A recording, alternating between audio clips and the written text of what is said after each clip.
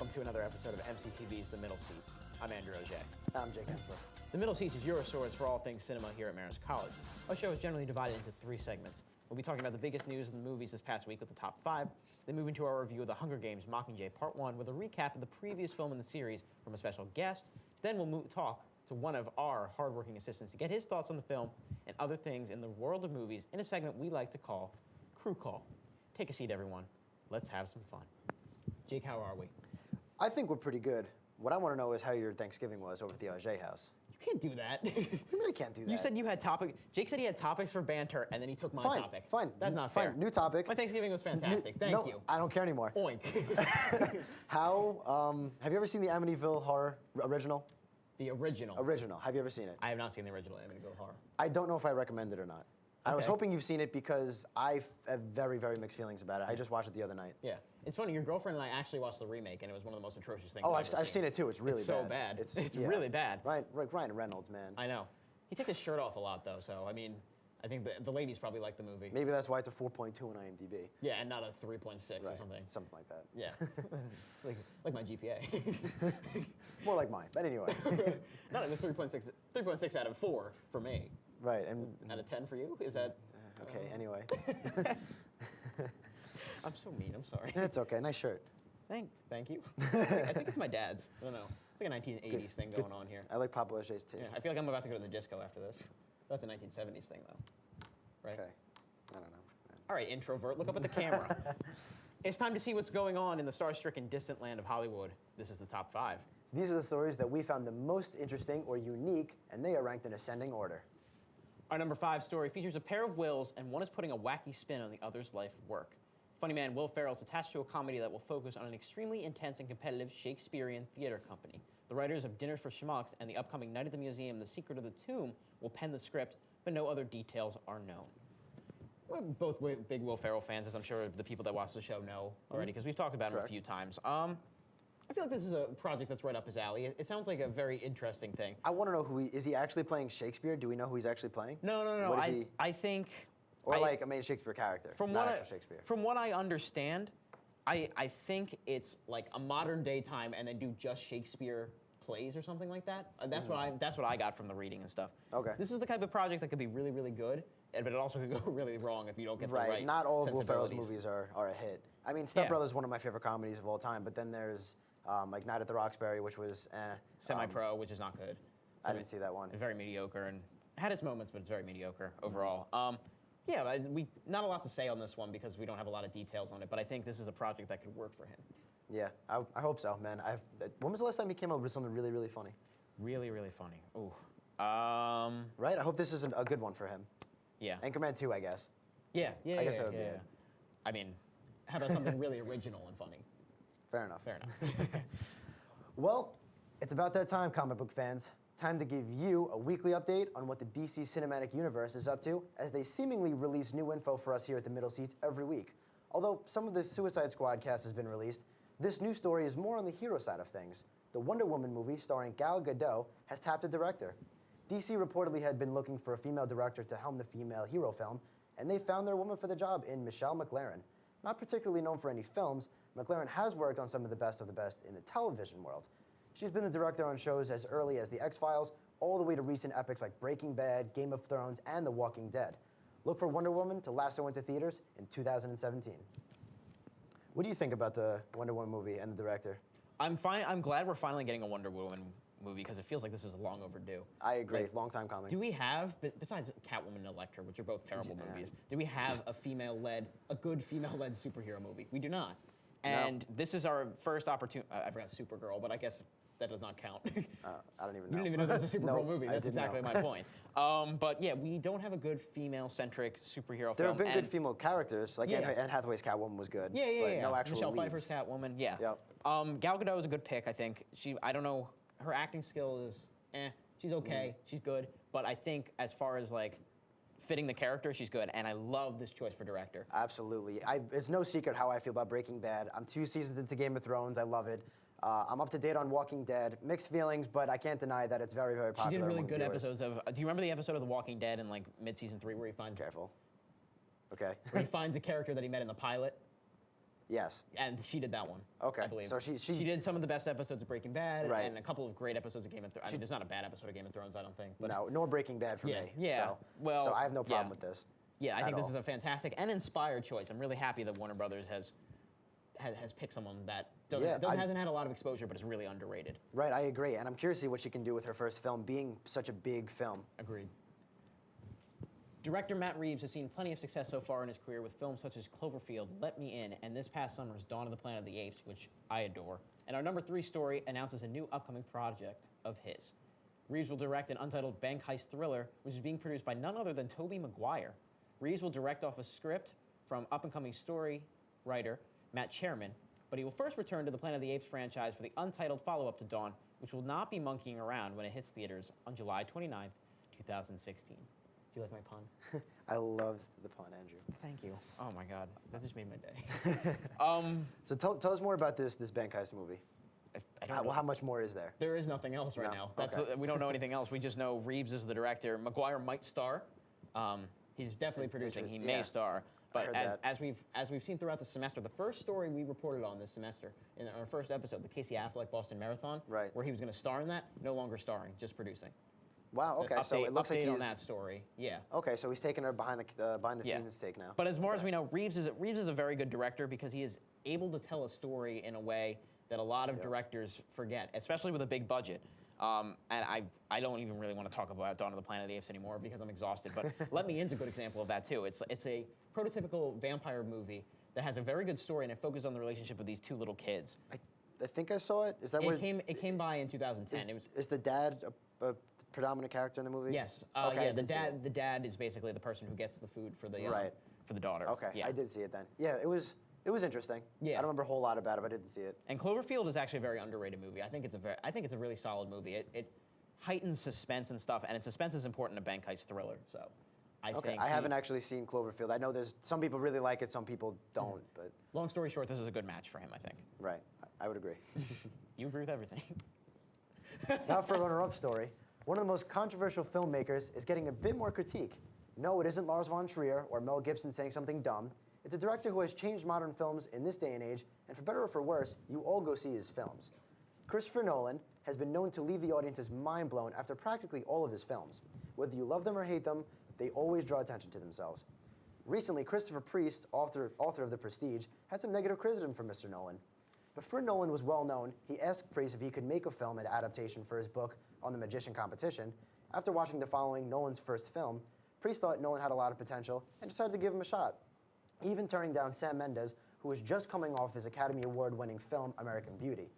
Priest agrees that Memento was a very well-done film and thinks the Prestige was adapted well, but everything else Nolan has done is, I quote, shallow and badly written. Even his critically acclaimed Dark Knight trilogy, Priest thinks is boring and pretentious. Priest gave no specific details, but he made it clear that he doesn't like what Nolan is doing with his films.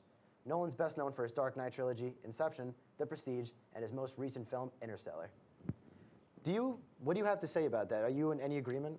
Because I'm not. Not really. I'm not. No. I mean, everybody's entitled to their opinion, but course. There's nothing I agree with here. I think No. he says that shallow and badly written. Some of his movies have writing flaws, of course. We've discussed that. Yeah, no. We discussed that with Interstellar and Dark Knight Rises, but I don't think they're badly written. I think they're No, not at all. ambitious, and the flaws come from the ambition. And as far as what else did he say? He said that he thought they were shallow and stuff, and I don't agree with that. There's no secret. Christopher Boring Nolan and is, boring and pretentious is the other thing, and I don't agree with that either. No, Christopher Nolan is one of my favorite directors right now. I've seen all of his films except one, and I love all of his films that I have seen. And I actually disagree with Priest. I think Prestige is one of my least favorite movies and I really like it. But I like The Prestige a lot, yeah. Yeah, but out of Christopher Nolan's films, I think it's down. It's Yeah. kind of down for me. I don't think he's ever made like a terrible film or a bad film. I haven't seen Insomnia, but It's okay. It's not bad. It's just Okay. okay. It's hindered by Nolan not being able to write his own script and stuff. You know what I mean? okay, I Because gotcha. he's remaking something, but everything else he's done, I think, has been good to phenomenal and a masterpiece. Yeah, So, I So everybody's entitled to their opinion, but I don't agree with right. his. And I know you're gonna yell at me for this, but general public. It's always a good start. Because we've had this debate before. Christopher Nolan has, I think, 9 films now, Yeah, I and think- 7 of them are in IMDb's top 250. Now, I know you're going to yell at me for that, but that means general public loves his films, and Oh, yeah. it's undeniable that, I mean, I shouldn't say that, that's very biased, but He has more fans than he has critics. That's for sure. yeah. Yeah, But I so, mean, makes sense. 7 films in IMDb's top 250, that's just as much as any other director out there. So I don't know, I was pretty Probably surprised more, when, yeah. yeah. We don't see 7 Sean Levy movies in there. I don't know, to say his Dark Knight films and not give Inception any praise is just, I don't know. Can you Go on. imagine Date Night and like the Pink Panther, like the remake of the Pink Panther being in the IMDb top 9.0 with Pulp Fiction. Like the hell? Our top story tonight, reimaginings have been all the craze the last few years in Hollywood, and Universal plans to do the same with their classic movie monster universe. Creatures like Dracula, Frankenstein, the Mummy, and the Wolfman have been terrifying audiences for years, but Universal is opting to move in a different direction with their reboots. This year's Dracula Untold was more of an action thriller than a horror movie. Don't expect that trend to change. Universal is attempting to cipher most of the horror out of their films. We can see if they stick to the strategy when the Mummy and Wolfman reboots are released in 2016 and 2017, respectively. Interesting top story tonight. Don't have a lot of attachment to like the iconic horror people because I'm not a big horror guy, but I mean their influence over the genre and over movies in general cannot be Right, those are some of the originals. I know Benicio del Toro tried a Wolfman, Yeah. and it didn't go too well. Yeah, the Mummy films weren't. I've seen bits and pieces of weren't that hits. Wolfman. It wasn't good. It wasn't really that good. Yeah, but interesting that they're changing this up a little. And I haven't heard good things about Dracula Untold. Right, but we I wonder skipped it if- for a reason. Right, yeah, right. We did. I don't even know what we did that weekend, but it was We took the week off that week. We were supposed to do The Judge, and we canceled the show. right. Anyway, I think that's a very interesting take because clearly, horror movies about werewolves and stuff they're not really scaring people anymore. It's not doing the job. So maybe taking it into more of an action thriller kind of perspective could really get the ball rolling again and get people seeing the movies and excited about the movies. It's interesting. I'm curious to see what happens. It's an interesting take. It also can be done very, very wrong. as right, we saw like with Dracula like Untold. Dracula Untold didn't really do which too well. I've heard. so. I mean, I haven't seen it myself, so I can't really judge. But it's an Right. interesting take, and I think it's an interesting story, especially to have as our top one tonight. Yep. That'll do it for the top 5 this week, and we'll lead into our review of The Hunger Games Mockingjay Part 1. But before we review Mockingjay, a very special guest was kind enough to recap the previous film in the Hunger Games franchise for us, Catching Fire. Our good friend Rachel Jarrett gave us her thoughts on the 2013 sequel. Be warned, there are spoilers for The Hunger Games Catching Fire in this next segment, but none for Mockingjay Part 1. So without further ado, here's our brand new segment, Rachel Jarrett Describes a Movie. Take it away, Rach. Okay, I'm gonna go. Hi, my name is Rachel Jarrett, 2 minutes. and I'm doing a recap of Hunger Games Catching Fire. I read the book, so I knew what to expect when I saw the movie, but still, it pulled at my heartstrings because it was just so good. The fact that they brought them back a second time to these games after they already did it was just mind-boggling, first of all. Couldn't believe it. I thought the cast was amazing in the movie, loved it. Oh, goodness. The way they had the arena was amazing, beautiful, everything I pictured in my mind. People that you didn't want to die, died, and I was very upset. And I was like, oh my goodness, why are you doing this to me? Overall, the movie's amazing. And the first time Peeta, he like ran into that wall, I was like, oh snap, Peeta. Katniss, she was like devastated, but she came back to life, thank the Lord. Oh, okay. Ultimately, I love the movie. And then what I didn't love in the book and in the movie was the ending. Why? I don't understand, but why? First of all, like they say Katniss, I know, she's the savior or whatever, supposed to save everybody. But Peeta, heart and soul Peeta, love him. The Capitol, the Capitol took him. First of all, did not like that.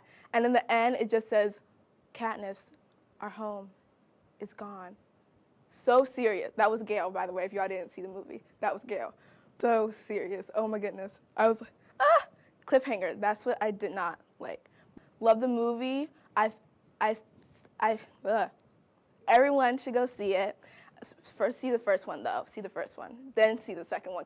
Catching Fire is the second one. So see that one next.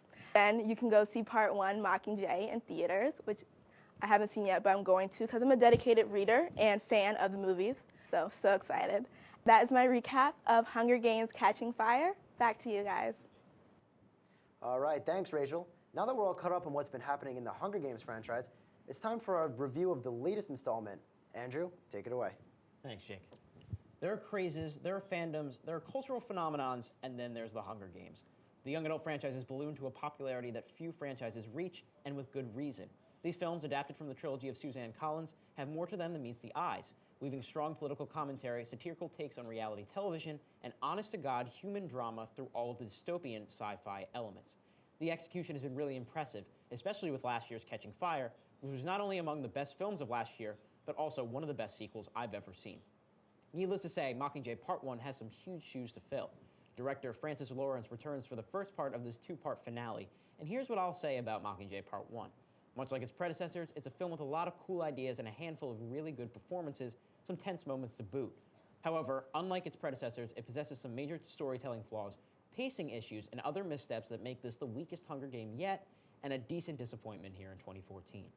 Mockingjay Part 1 picks up mere days after Catching Fire, with Katniss, played once again by Jennifer Lawrence, at one of her lowest points after losing Peeta, played by Josh Hutcherson once again, and all of District 12 to the Capitol, specifically the cruel, tyrannical President Snow, played by Donald Sutherland.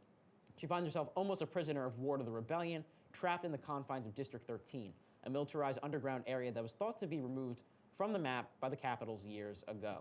The leader of District 13, President Coyne, played by Julianne Moore, is convinced by Plutarch Heavensbee, played by the late Philip Seymour Hoffman, to use Katniss as means of propaganda to rally the remaining districts in war against the Capitol.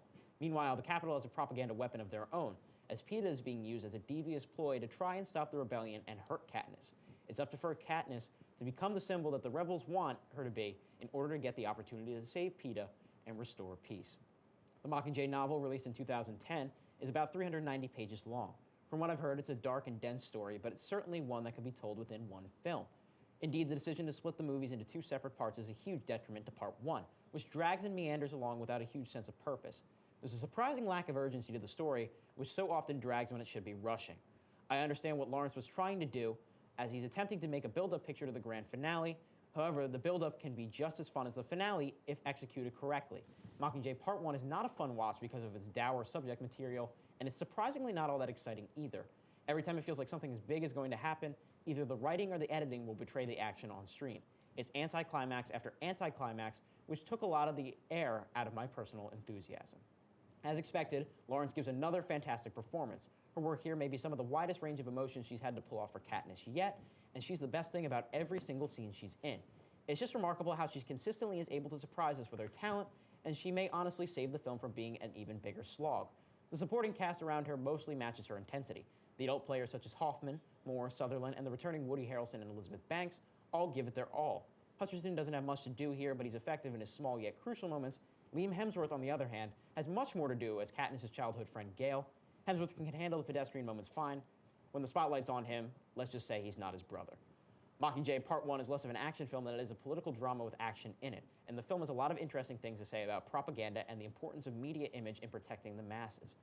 It never gets as smart or subversive as either of the previous films, but there are things there that with interesting potential. There are certainly moments where the film jolts to life, and most of them are either Lawrence monologues or one or two sequences that are so uniquely staged visually that they can't help but be entertaining. Unfortunately, these moments are not as frequent as I would have liked, and while I applaud the film for feeling so different to its predecessors, I couldn't help but miss the surefire excitement of the deadly games. It's hard to judge Mockingjay Part 1 on its own. It's only one half of a whole. We will get a conclusion to the story the same time next year, and maybe once we've seen the whole product, some of the issues I have will disappear. As it stands now, however, Mockingjay Part 1 is rough to get through. It's 2 solid hours of misery, repetition, empty suspense, and an ending that would have been great as a second act, but is just serviceable as a climax. Mockingjay Part 1 has the makings of everything that we love about The Girl on Fire, but several glaring issues threaten to dim the intense flame that the series has been working so hard to build. Very well said, Andrew. I agree with a lot of what you were saying. Admittedly, I went to see the movie a couple days after you did, pretty late, and I was starting to nod off toward the end. For lack of a better word, I was bored. It was tough to get through. I wasn't excited by it. Now, I know we said this earlier, I'm not the biggest fan of the Hunger Games films. I do like the first and second one, just not as much as other people. But this third one, I was genuinely surprised. I mean, I went in with relatively low expectations, and I still was not impressed. Agreed. To be totally honest. Okay, I can see that. I'm a big fan of the first and second one, and I think that's why we decided that I'd write this review, because I have some background enjoying the film, and I just didn't care for it. I didn't like it on its own. Like I said, it might be better as part of a whole, but as its own, it's just kind of rough to sit through. Like I was checking the time a lot because I too. was like, are we going to speed this up? Because it's a lot of the same scenes over and over again. It deals heavily with that propaganda stuff, but it repeats the same cycle maybe 3 or 4 times. Right. And it's just, And that's by the third time, I was like, enough. right. And with the propaganda stuff, I understand why it was in there, and I don't think it should have been removed, but I think it definitely could have been done differently. I don't think they needed, I understand they want money, but they did not need to make it 2 films at all. It's a Lionsgate decision more than a creative decision, I think, and that's kind of a Probably, shame. yeah. I understand why they're doing it. They're a small company, so they're going to try to milk this cash cow for all it's worth. Oh, yeah, Doing the same thing with for sure. Divergent. And The I Hobbit. Yeah, actually, Divergent is Summit. The Hobbit's not Lionsgate either. I don't. No, I'm doesn't talking matter. about, like, yeah, splitting yeah, movies, yeah, yeah. yeah. You know what I? Yeah. Yeah. Milking it like a prized whore. You know what I mean? Okay. But but yeah, it's such a popular franchise and stuff, and it's just. Yeah, it is, and I know some people really did like the movie. I didn't get it. I was. I don't know, I've I talked was to let people. I've down. talked to several people that have enjoyed it, and Yeah. I think if you're a big fan of the book, which I mean, I've never read the third one. I made it through 1 and 2. I never made it to the third, but Okay. I've heard it's the weakest book anyway. But I've heard it's still okay. Yeah, but even still, like, Yeah. I don't know. I mean, the books don't always transfer to the movie. Sometimes, like in the Shawshank Redemption's case, a lot of people say the movie's much better than the book. Yeah. It's not. It doesn't not happen. And I will say this: kudos to the film for being its own entity, just happening to be in the same Hunger Games series, because it's not. It doesn't feel anything like a Hunger Games movie. No, I totally agree. There is, and I liked that at first. I liked that there was a totally different feel to it. A feel of just like destruction and collapse and all that kind of good fun stuff until it actually didn't get fun. Yeah. I do agree. Lawrence was pretty good. I wanted to see. There's something that she does in the very beginning. I don't want to say in case nobody said it. I would have liked to see more of that. Do you know what I'm talking about? That might be more of a script issue than her. See, I never want to put the blame on her because I feel No, like no, she it's carries a the script series. thing. Not only she carries this film, she carries a series on her shoulders. I agree with that. And I do think it's a script thing. It's not her. I would have liked to see that more incorporated into the movie. I think Peeta in the scenes that he is in was very good. Yeah. Because it's a tough performance too that Peeta Yeah. has to give. Okay, so want to give our ratings and then our final thoughts? Yeah, That's sounds a good idea. So let's pop our ratings on the bottom, please. And Jake, I believe you're a 6 out of 10, but you were doubting that 6 out of 10. Yeah, that 6 is pretty generous. I used my therapeutic skills to realize that you were doubting that 6 out of 10. Why are you doubting that 6 out of 10? Well, I always have tough giving things something out of 10. Like I think last year I the whole gave. premise of the show. No, I know. I have trouble actually like even when I'm in like running wise, when I'm in a physical therapist's office, I have an injury. They're like, all right, what is this pain on a scale from 1 to 10? I never know what to say.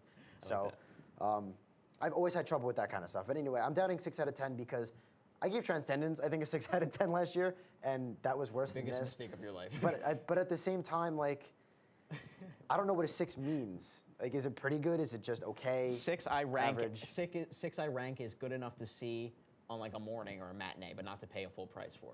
That's how I rank it. And how I have it Okay. ranked here, a 5 out of 10 for me is something that is fine to rent, but I don't think it's worth seeing in the theaters. Although everybody's going to see this in the theaters anyway. It's quickly on its way to becoming the biggest film of the year, as expected. My final thoughts: disappointing. One of the bigger disappointments I've had this year. I would agree. I hope part 2 blows it out of the water, but I was not impressed by this one. Some of the issues I have are not really the film's fault. It's more of outside factors. But yeah, good things here, but not enough to save it from being kind of dull. It plain and simply did not need to be 2 movies, and I think that's his main downfall. So that was our review of Mockingjay. We're going to take a short break, and when we come back, a member of our middle seat staff is going to give you his thoughts on the film in a debut segment, Crew Call. Stick right here. Yeah, the money. I'll be there soon. I forgot I say the next thing. We have to work on our transitions. Yeah, we do. That's our one big thing.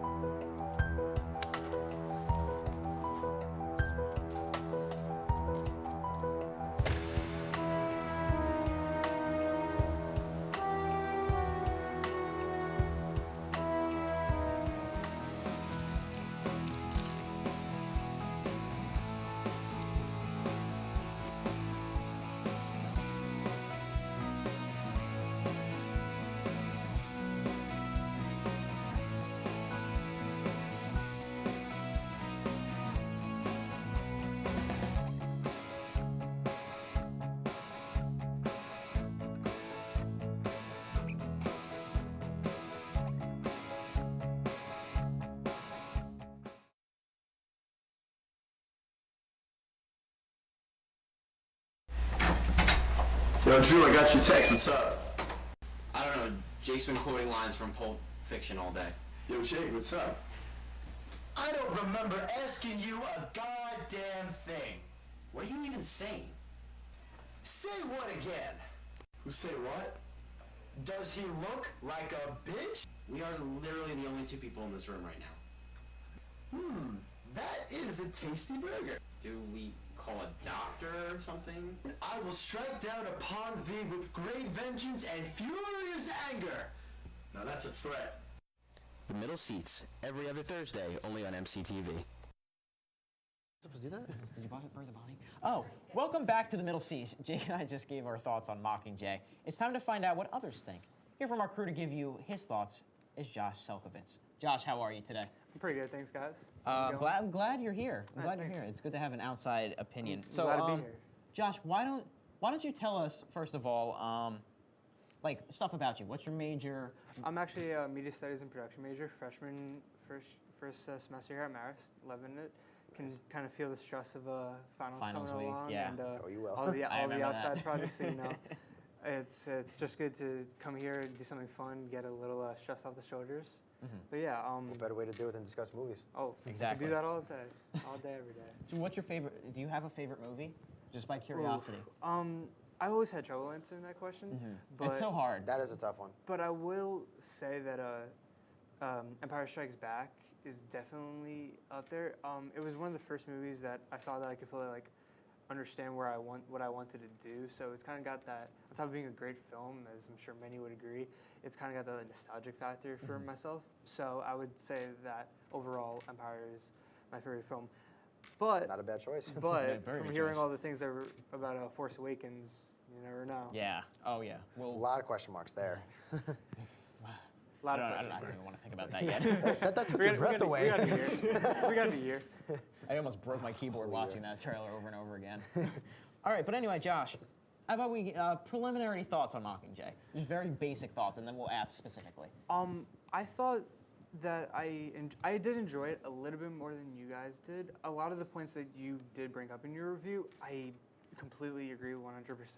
The one thing that I will say that, you know, is the whole movie, the Lionsgate thing with splitting it into two parts. I did read Mockingjay. It was a tough read to get through, but seeing where it could go, hopefully, from part one into part two, I didn't dislike it, I guess, as much as I could tell that you had some redeeming qualities. You could tell there's some redeeming qualities in it, but I think as a whole, I can understand where it's going a little bit more, which kind of doesn't pull it down as much. But then at the same time, there was a lot of issues that I did see that, you know, can't really overlook in a movie, in a franchise this big at this point. So I'm getting the feeling you liked it more than you didn't. So let's start. Yeah. Let's start with the issues first. What are your Okay. problems with it first, and then you can talk about what you liked. Right. Well, Without spoilers, obviously. Oh, yeah, he of knows. course. You don't have to baby him. Come on. My biggest issue is the one thing that you guys said also is the splitting into two parts. I feel like it takes away so much from what the film could have been if it was just one consecutive movie. Like I said, there was no true climax, and the build-ups were just build-ups to more rising action, I guess you could say, overall. Ooh. Art of film words. I like it. Thank Professor Lawrence for that one. She was very good. I didn't know that coming in, but you know, it's always good to get reinforcement. No endorsing on the middle seats. Keep going. You know, I will say though that the pacing, like you said, there were some scenes that should not have been as long as they were. There were some scenes that I thought could have been longer to give a sort of emotional tense that I was looking for, because as you guys did say, you know, going in, this is a completely different movie. I do like the propaganda aspect, but I guess I'll get into that a little bit when we talk about more of the things I did enjoy. I really think that one of my problems is the underuse of some of the characters, being that it was stretched out. I think that Finnick was underused a little bit too much. I agree with that. I really enjoyed his character in Catching Fire, and the fact of the matter is he wasn't really used to his full potential. And as Sam much. Claflin's so good in the role too. He's great. And one thing I didn't also like about what he did is I understand and I enjoyed the little bit more serious tone, but I missed the lighter Finnick. Like I I felt like that was such a key part of Catching Fire, and I understand Katniss had to be kind of like the reluctant hero coming into Mockingjay, where she really didn't want to be the savior after everything that's happened. But you kind of expected that. I didn't expect that from Finnick. I thought that they would try to give us at least more of the things that we come to know. Josh Hutcherson as Peeta. I thought Peeta as a whole was great. Like I said, I read the book, so the things that he was in completely understandable. Didn't think that he was under or overused. And I can Right. see if that's a book thing. Yeah. Gale, I've never been as big a fan as Gale as maybe some other people did. The character or the actor? The character. I'm I'm fine both. with. I'm actually fine with Liam Hemsworth. I mean, I was fine with him for a while, and I've been watching some of his stuff. He's like, he's kind of shitty. He's not very good. Yeah, I'm not a Liam Hemsworth fan. I agree that he couldn't carry like that one scene that he was in. You know what I'm referencing? Yeah, right? I completely understand where you were going with that. But I mean, the character. I liked how he stepped up a little bit. I liked how he was like Katniss's backup, but I just didn't see his necessity for a large part of it. So I guess those were some of my bigger drawbacks of the film. Okay, Josh. So you gave me your rating earlier. I and did. Let's drop the rating on the screen, and it's a 7.5, right? It was a 7.5. And why don't you give us some final thoughts? Overall, I did enjoy the film because, like I said, as a book thing, I could tell where they're going. And if this part one was a whole, I think it would have been such a better thing. I feel like I'm gonna go next year to see the midnight premiere of part 2, and they're gonna show part 1 right in front, hopefully. They might even show Catching Fire too. They like to stack them. Yeah, you never know. And I feel like when I see it like that, it will make more sense to the viewer. And I think hopefully it will even bump up your guys' rating a little bit.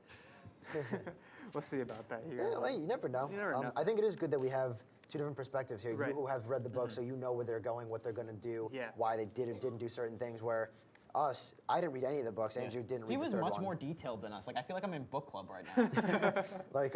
Like I'm strictly looking at it as Right. a moviegoer basis. So I Right. have an idea of what they're gonna do or what I hope they're gonna do, but I don't Right. actually know. So I'm a little blind, but I think it's good we have two different perspectives because as a single movie, I don't think it was great. Where you think it was a decent setup. I do agree with the it wasn't as great of a movie, but like I said, knowing the fact that it is more of a setup, it kind of helps me get through the tougher, drier parts. And it's in a different perspective, yeah. Yeah. So good assessments everywhere. While Josh is here, we thought it'd be a little fun to play a little game with him. He doesn't even know about this yet. Oh, boy. We're gonna give him some ridiculous hypothetical situations relating to movies, and he has to tell us what he would do in this situation.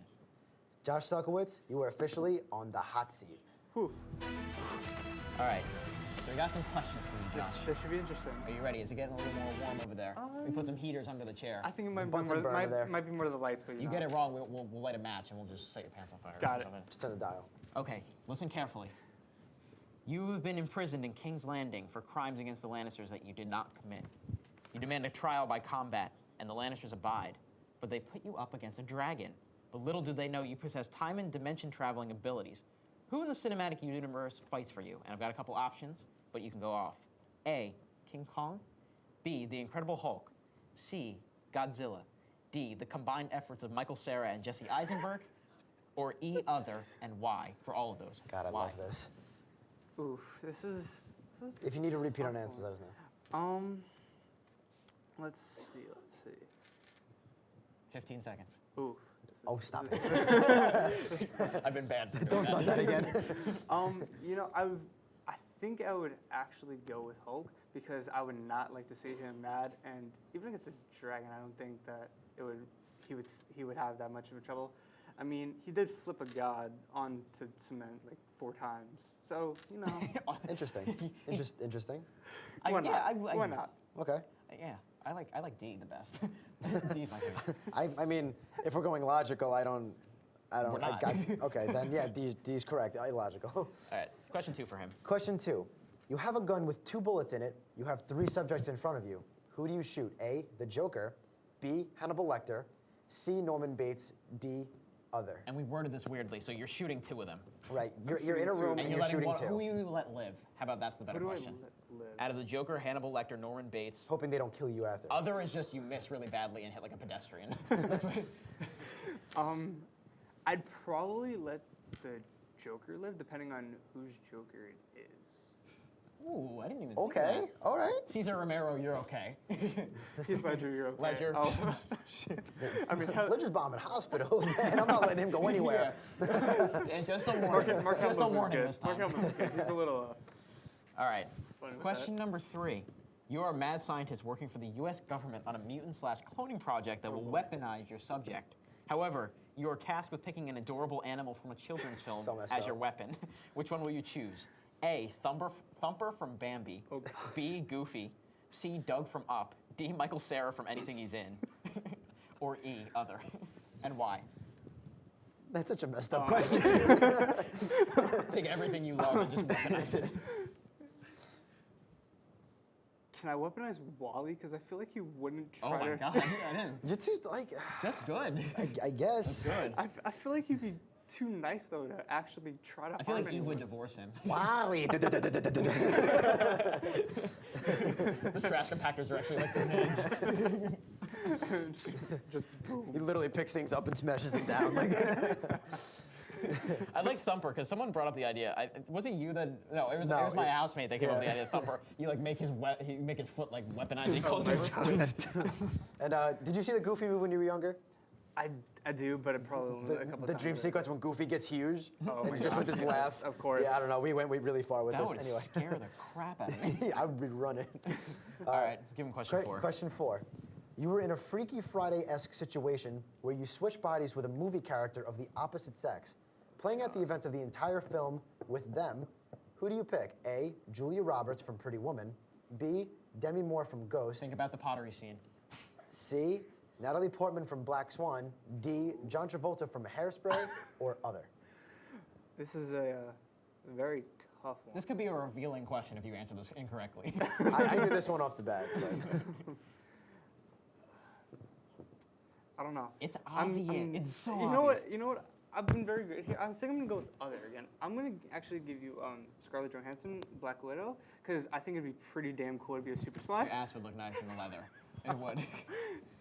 he is totally like ripping up these questions right now. I know. He's giving us good answers. He though. is. He is. Why would you pick C, Jake? No further comments. Someone's in the control room that would not be happy with that. All right, question 5 is kind of serious, and it's your last question. Okay. And the This hardest. is the hardest one. You're a historian in the distant future. The all-time archives of film are full. You must delete one classic film from the history books altogether. This film will never, ever be seen again. What will you choose? A. Star Wars. B. The Godfather. C. Toy Story. D. Raiders of the Lost Ark. E. Other, or any Michael Cera movie. Now, before you continue, there is no right, wrong, or good answer. So, These on are that, all- okay. Oh, there is a Yeah. wrong answer. There is a wrong Oh, answer. there's a very You're wrong right. answer there. You're right. There is a wrong There's a answer. There are wrong multiple answer wrong there. answers, but Oh my God. you can take your pick. I'm actually gonna go other. Believe it or not. You know what? No, don't turn him. I don't want like. No, all right, never mind. Go All ahead. right, Josh. 10 seconds. 10 seconds. Wow, that's. We gotta really wrap up high. here. This show's like 40 minutes now. Oh my God. Well, you know, I'm gonna go with Michael Cera movies. Okay, no. Come on. Did you put that in there? I threw it in there in the last second. No. Okay. No. Continuity, Jake. So you're deleting year 1 from the classic annals. Completely. 100%. Bastard. Fine. Sorry. He beat the system, and Josh Sukowitz, you're off the hot seat. Now you're freezing, and we're just about done here on the middle seats. if you'd like to like us on Facebook, the link is below me. If you have a question or comment for the show, or you'd like to be on a future segment, or if you have some opinions on this question, our Yahoo email address is also below. Well, that'll just about do it for us. I'm Jake Hensler. I'm Josh Salkowitz. And I'm Andrew O.J. Keep that seat warm, everyone. We'll be back in the season finale very, very soon.